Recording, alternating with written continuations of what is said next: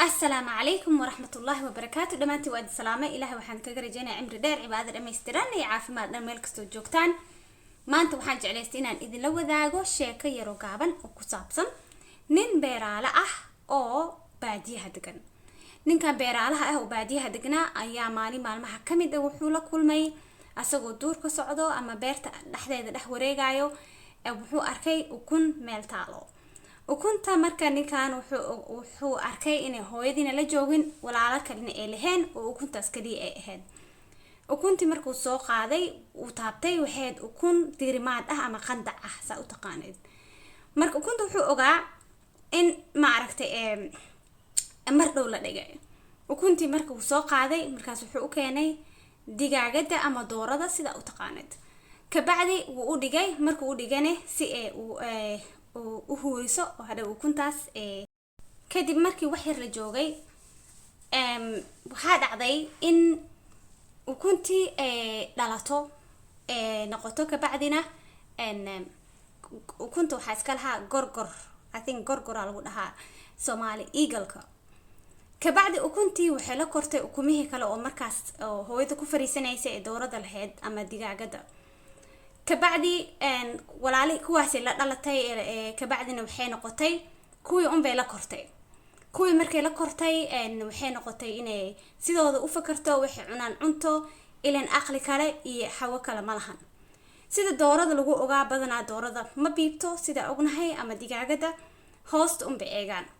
sidaas oo kale ayay sameyn jirtay markaas ayay maalmaha kamid ah kor ayay fiirisay ama eegtay كبعدنا وحي أوجاتي وحي أركتي غرغركا أما إيجلكا أو مالين تاس مركا كور فيرسي وحي أركتي غرغر قروح بدن يعركي وقروح بدن أو كور بيبايو كبعدي وحي استري وحد I wish I was that محي هيتو وحا رجيني يا وحن جعلان لها إنا نقضو شمركاس دولاي أو كالي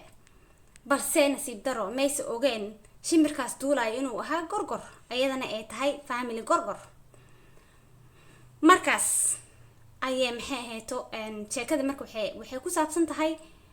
waxay tahay mays ogeen balse waxay rajeysay ama rabtay inay noqoto gorgor marka iyada ujeedada hadalka ugu muhiimsan ee hadalkan waxa weeye meesha aad ku kortid qofka ku soo koriyo sida u korsan yihiin aqligooda intuu la eg yahay aqoontooda intee la eg tahay diintooda intee la eg tahay alla ka baqood intuu la eg yahay saameyn weyn ayay kugu yeelanaysaa mararka qaar taas saameyntaas ugu weyn ee kugu yeelanaysa wax ka mid ah mararka qaar inaaba noqotid qofkii adiga aad ahayn qof kale cusub noqotid sababtoo ah bulshada dadka way bedeshaa that's why ay muhiim u tahay marka ilmaha la korinayo kow ina marka aabaha u dooraysa ama hooyada u dooraysid ina waqti badan galisid aabaha fiican inuu noqdo aabaha u doori doontid ilmahaaga aabahood hadii ilaahay ubad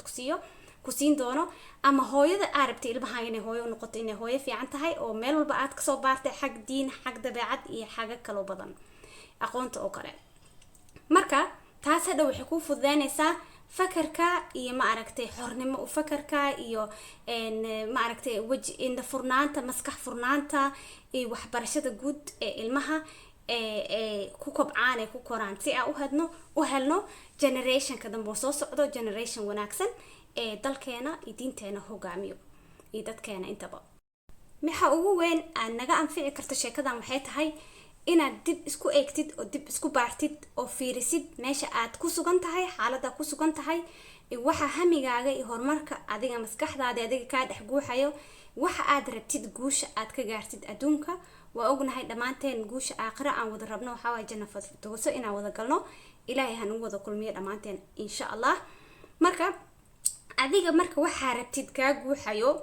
marka ogaatid ka bacdina hareerahaaga eeg iyo dadka aad la joogtid iyo meesha aad ku dhaqantid iyo waxaad wax la baratid iyo dadka la shaqaysid